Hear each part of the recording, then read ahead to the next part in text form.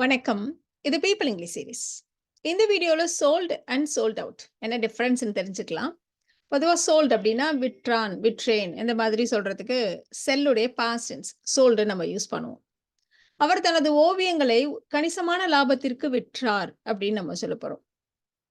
She sold her paintings for a substantial profit.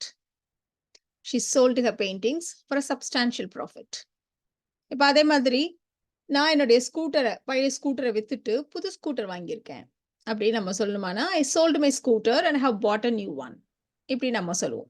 இந்த செல்லுன்ற வேர்பை நம்ம டிரான்சிட்டிவா இன்ட்ரான்சிட்டிவா ரெண்டு விதமாவும் யூஸ் பண்ணலாம்.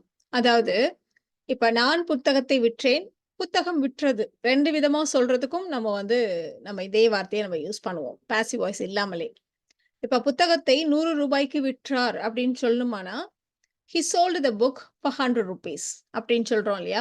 அதே மாதிரி புத்தகம் 100 ரூபாய்க்கு விற்றது அப்படின்னு சொல்றதுக்கு நம்ம பாசிவ் வாய்ஸ் யூஸ் பண்ணணும்னு அவசியம் இல்லை. the book sold for 100 rupees அப்படின்னு சொன்னாலே போதும். the book sold for 100 rupees. இப்போ அடுத்து நம்ம பார்க்க போறது sold out.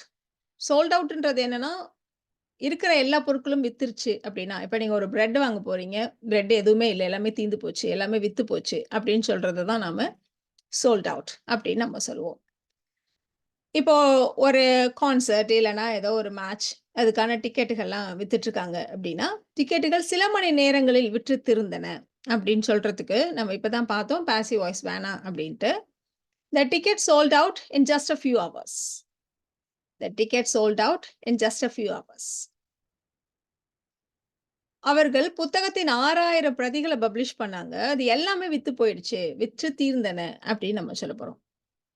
They published 6,000 copies of the book, which sold out in a few days. இதே மாதிரி sold out of something அப்படின்ற phrase ரொம்ப காமன்.